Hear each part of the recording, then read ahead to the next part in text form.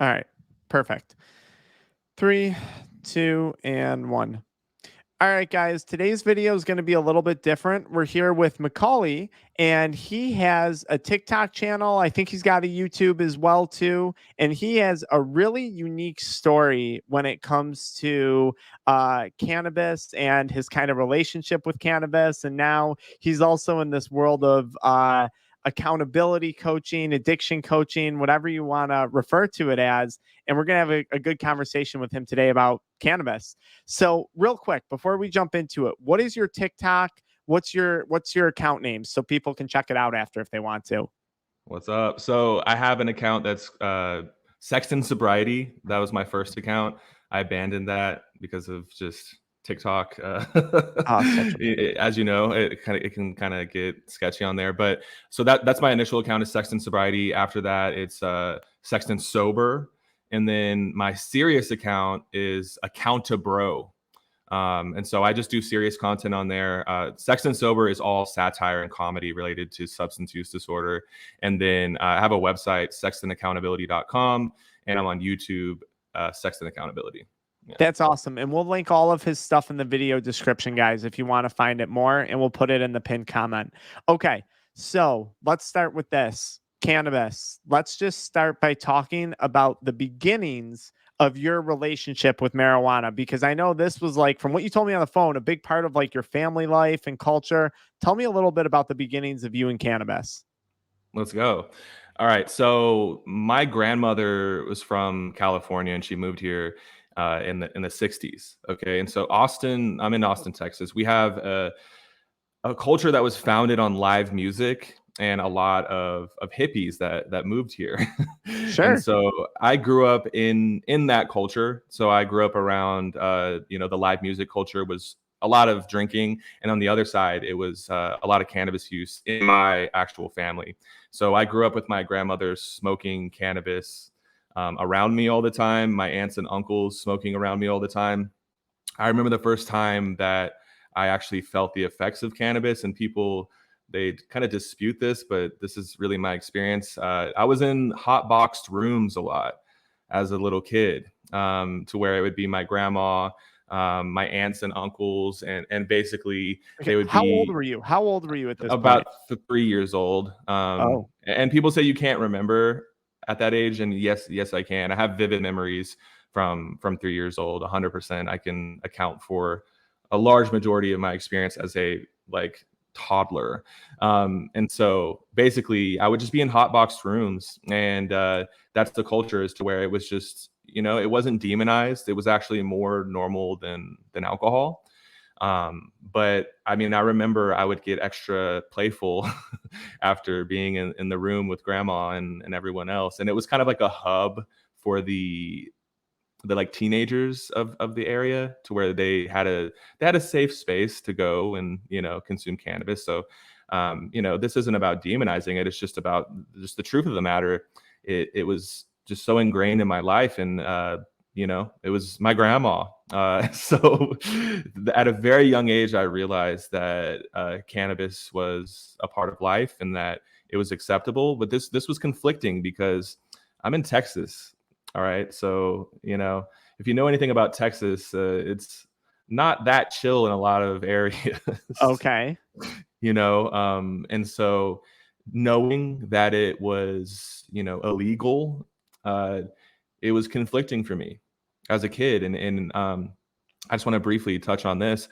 That's kind of the aspect that I have subjective experience with. I realized that it didn't really matter what my elders said, like how much they tried to normalize it. I still felt like I had something to hide. And as a kid, that was actually a lot to take on. And I'm not doing this poor me self-pity thing. I'm just saying it's something that I think is important to talk about, and people, or canna parents, kind of need to be mindful of that. And I'm not sitting here trying to preach. I'm just saying that it's, it created kind of this psychological thing to where I was like, my family does something that you're not supposed to.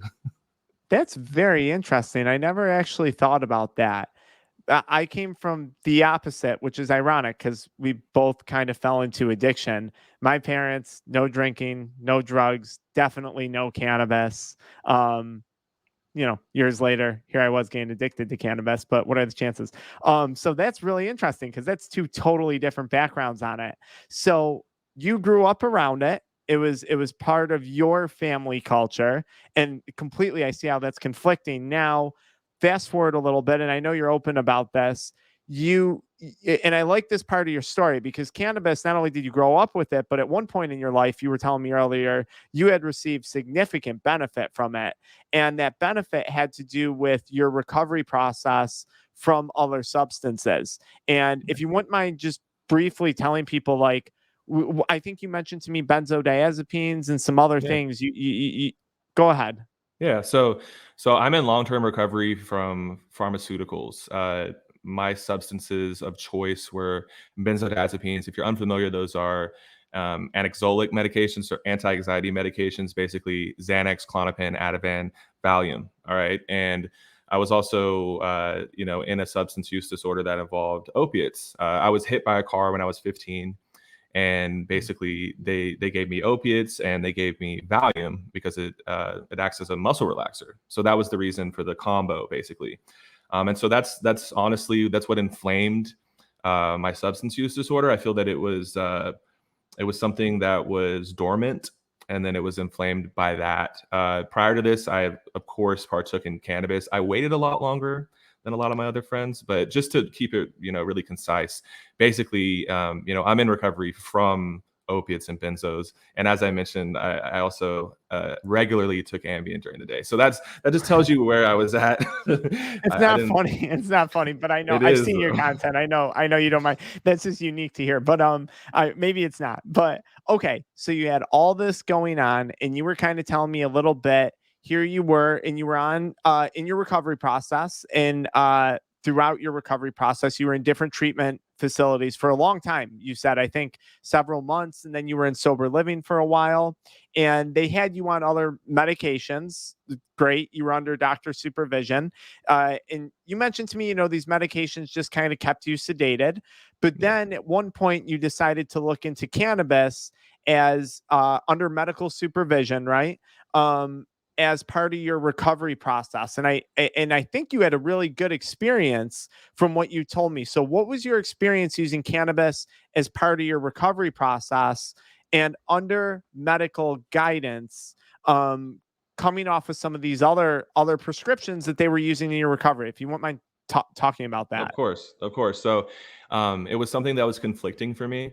My foundation is in 12-step recovery. At this point, I've broadened my perspective on just this stuff as a whole. So that is not, basically it's at this point, it is not 12-step based.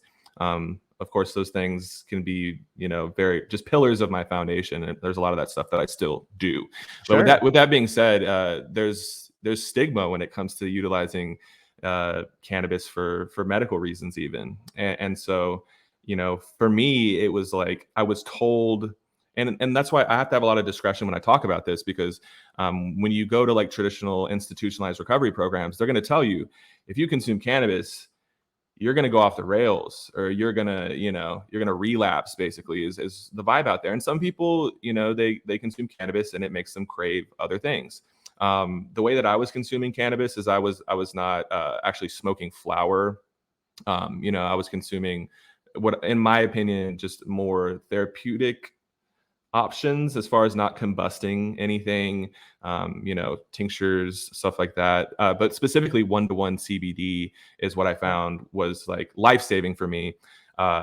Because of the entourage effect, it was very effective. It really, if anything, reduced any cravings I had for anything else. And so, I mean, the whole time, I'm actively in my recovery community. I'm actively in 12-step recovery, Yeah. which is like very frowned upon to do anything like that. Meeting with a sponsor every single Sunday, sponsoring people, being part of my steering committee, doing H&I, hospitals and institutions service work. So going into prison and Wow. sharing.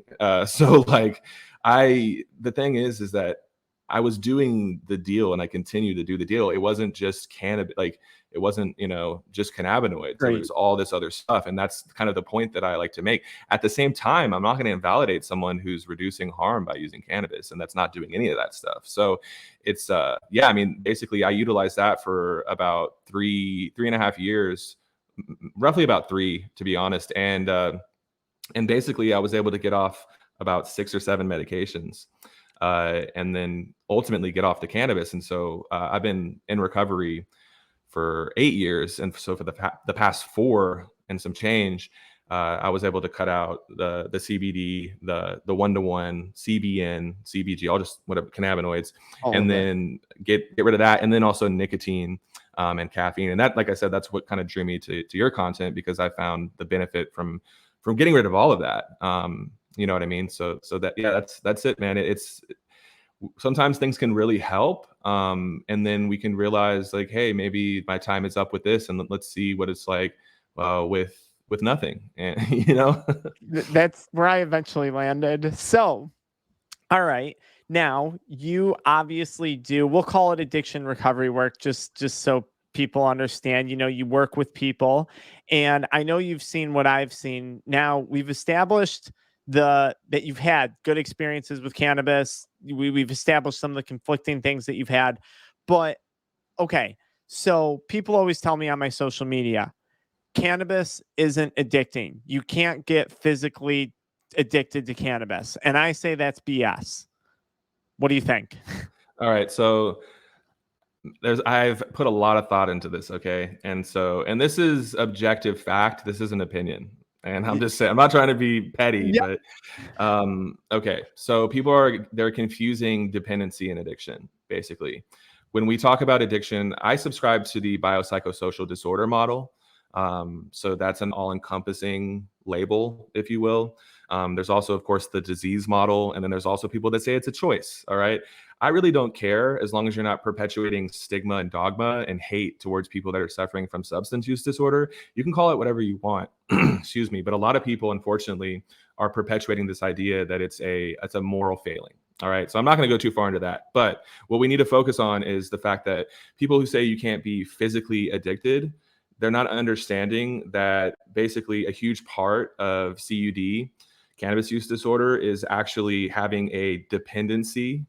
And when people use the word dependency or clinically, it's usually utilized to explain a potential withdrawal. Sorry. Yep. No, go ahead. Potential withdrawal and tolerance. So those are Yep. the 2 things. Those are the 2 things. All right. Now, there's people just outright, there's 2 sides to this. Some people say you can't have withdrawal symptoms because I think their subjective experience was that they didn't, or they weren't aware of them. The other thing is tolerance is just part of cannabis consumption if you use it regularly. So it's just there's just a missing link in people's understanding of this. There's also, I'll say this, that an addiction or a substance use disorder, it doesn't have to have a physical aspect. It can be one of 3 things, it can be 2 of 3 things, or it can be all of them. So it can be biological, social, or psychological. So if it's one of those, then that qualifies. Easily. And I know with my experience, I had early stages of cannabinoid hyperemesis syndrome.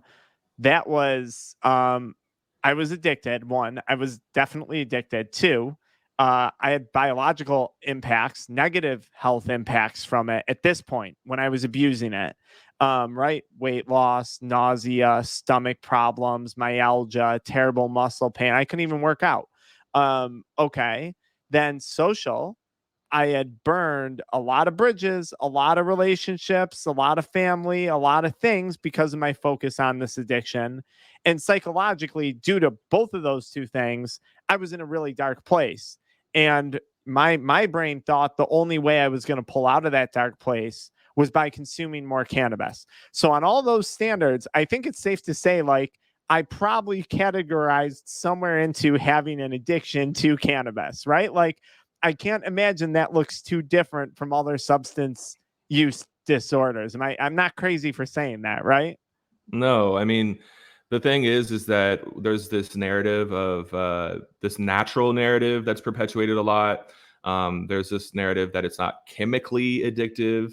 THC ultimately is a chemical, so it's perplexing to me that that is kind of put out there. A lot of it is pretty much an echo chamber of people parroting the same thing. I'm sorry, but yeah, like if you can come with a real explanation, then I will be like, okay, you know what I mean. But unfortunately, I've yet to hear that. And the thing is that there's also stigma involved that people are perpetuating, and basically it's that addiction means bad. That's it. It's addiction bad. That's a good point. Dependency better. So it's like people they want to put themselves in a position to where it's like, I'm just dependent, not addicted. I'm not like a crackhead. I'm not like, not. And so it actually is like the perpetuating of judgment towards people that suffer from addiction simultaneously. And I can go, I mean, I'll pull it back here a little bit, but that's a lot of what I noticed as well is like the demonizing of other substance use disorders, while also feeling judged and demonized for their own cannabis use. It's a really messed up thing. You're absolutely right. That's a really messed up scenario. Now, and maybe you've seen this. I've certainly interacted with plenty of people, and I was in this position. I think there's this conversation of, well, it's not crack. It's just weed, man. It's not opioids. It's just weed, man. It's not benzos. It's just weed, man. I don't agree with that, because I know me and you have spoke about this. I've met plenty of people whose lives have been completely driven and kind of ruined by their cannabis use. Just like I've met plenty of people who have had tremendous benefit in their lives from cannabis use.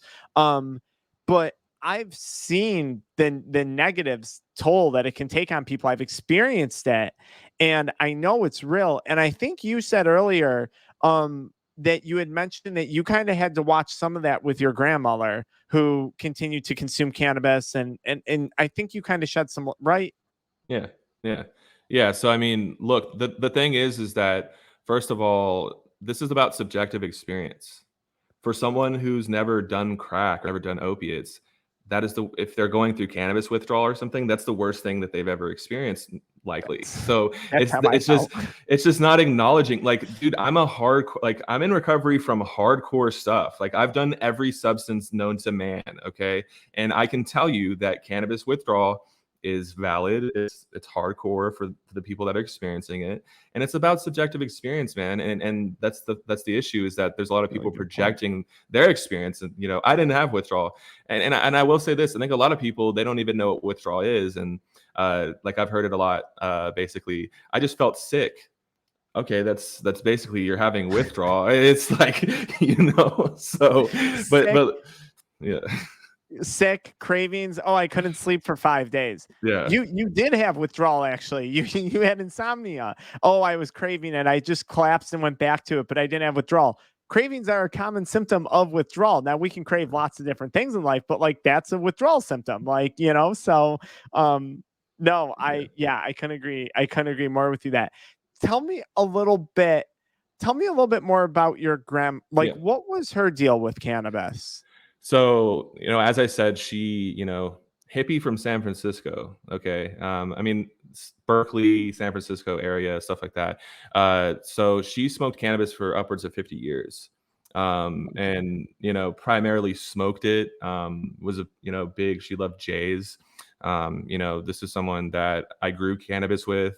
This is someone that, basically introduced me to that culture. And, she was someone that taught me at a young age that she prioritized cannabis over some basic needs. Food, even. Like, I can quote her and tell you, I'd rather have some good smoke and not have as much food. Of course. And look, and I'm not saying this to demonize her. She, like, I was so lucky to have elder that was like that, because it opened me up to like a broad way of thinking, of like seeing, like smoke it with my grandma, and seeing what that was like, and hearing all these stories, from the 60s and 70s. And, but with that being said, it's just, it's something that she had behavioral issues that were tied to substance use. She had regular like fights with my step grandpa that were fueled by being under the influence, and people don't associate that with cannabis. But the blunt truth is that that can also happen. Just like an alcohol fueled fight, there are cannabis fueled fights, and people really like think that that's propaganda, but it's the truth. I saw it time and time again. When your inhibitions are lowered and your impulse control is not there, then people will say really hurtful things, do like erratic like movements and stuff that like look Mhm. very similar to someone who's intoxicated on alcohol. And this isn't about comparing it to that.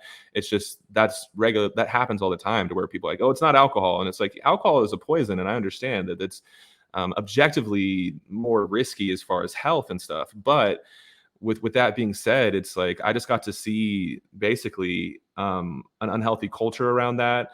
I'll briefly just say this: it also made an unhealthy boundary, to where our relationship was based on a lot of that, and even like me acquiring some for her if she couldn't get it, and vice versa. Oh, She was very generous with her cannabis, so she yeah. could have a small amount and give it to me. But look, the point being, just to give you a background of the type of person she was amazing, but it just started to cause behavioral issues.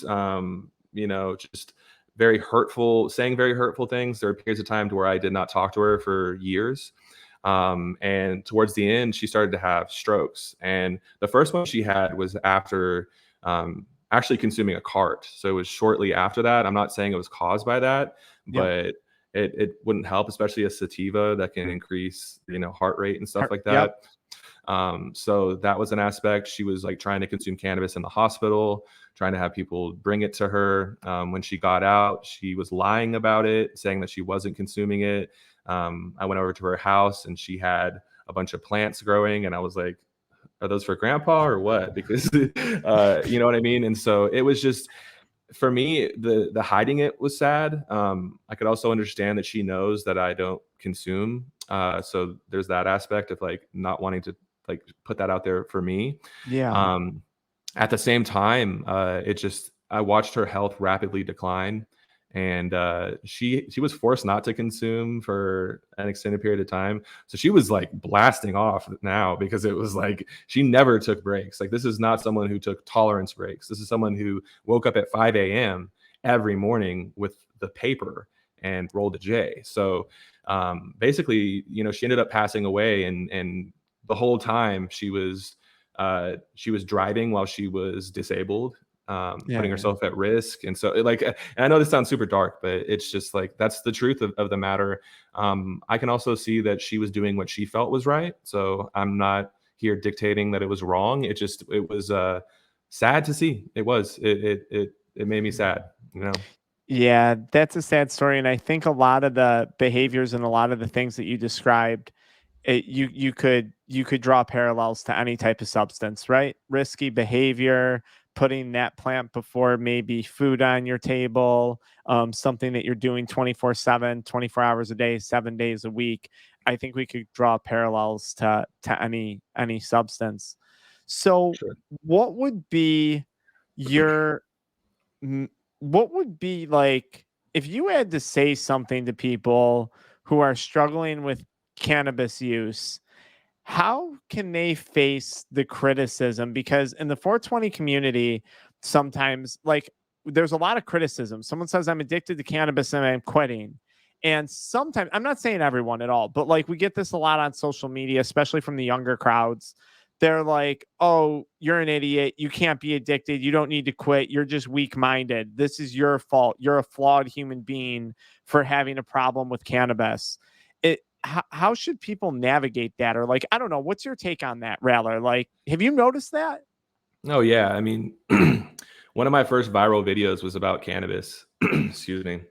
And basically, I was saying that cannabis will tell you when it's time to quit cannabis, because it has psychedelic aspects. People don't want to acknowledge that. It's the truth. They just go away when you consume them over and over again. They're not as prominent. I would say even what we label as paranoia would be the psychedelic aspects of cannabis. And of course, that can be like, I'm not saying if you're like No, afraid for your life that that's that's what that is, valid. Yeah. you know? sorry, but basically, what I started to notice is that, like, I talk about, recovery from everything, but I have an expertise in pharmaceutical recovery. And I noticed that when I talked about that, there are some people who have prescriptions that get a little bit, like, Sure. frustrated. But for the most part, it's accepted. People are that I'm talking about it. They are, sharing their experiences and stuff. And that I started to realize that every time I talked about cannabis, I was being met with aggression, a lack of awareness, and what I can only say as an arrogance, which was a bit weird to me because as someone who grew up in that community, I consider myself to still be part of it. Yeah. And I'm like, what happened? Why am I getting yeah, why am I getting blasted now all of a sudden? That's absolutely I completely can relate to that. you Huh. know, but Uh-huh. I can just say this, that is something that is very prominent on TikTok. Yeah. I've also even like I've done a couple posts. I'm not really an Instagram guy, but I've done some stuff on Instagram, and I got some people that literally like ended up like going to my website and like sending me a message of like just like cussing me out and stuff. So like I understand that, but basically my point being is that don't let that like don't look at that and assume that that is what you're going to be met with when you're actually talking to people who are in Okay. recovery. At the same time, you're also going to meet some people who are so obsessed with their subjective experience with hard substances that they will also invalidate your experience. So the thing is that we need to understand that we need to be our biggest advocate, but also get people into our lives that are going to support us with compassion and understanding and create a certain level of accountability so that we can maintain our recovery. So that's a whole lot of information right there. But basically, That was there good. are there are people out there that are going to understand. There are people like you, people like me, um, and I'm a kind of like a unicorn when it comes to this because I had positive medical benefits from it. I Mhm. cut it out of my life. I also was, someone who is partaking in hardcore substances. So Mhm. if anyone's going to judge, it would be like Yes. me either defending it, or like, like you said, defending it Demonizing it. or Yes. yeah. And so it's like, And you it's found a middle ground. So I think it's reasonable that eventually we'll get to a middle ground on this topic. I think we're years away though. I think we're years away. This is it's gonna be a wild ride until we get there. But no, that's really you're absolutely right. Um all right. Is there anything else that you want to add to this yeah, conversation about cannabis? We covered a lot. I hope to have you back on again. Maybe we'll break it down to more specific topics regarding it. Or, yeah. I know you had a hell of an experience with withdrawals and getting through stuff. And I think there's so many things that we could talk about on this channel. But anything else that you want to add? Yeah, so I wanted to get your take on this. So my theory is that a lot of the issues that are arising with a lot more cannabis use disorder and things like CHS and stuff like that is basically because the cannabis plant has been so manipulated and there's a lack of other essential cannabinoids. Now, I'm not claiming this to be fact, but just from my observation, this is something that was not prevalent uh, 10, 15, 20 years ago. This was not happening even as far as like the cannabinoid hyperemesis, just from my Yep. observation. And so at the same time, I don't know. I just think that it's important to kind of look at that. And that kind of the reason I'm bringing this up is because the narrative that this is something that just grows out of the ground is not really true Mhm. anymore.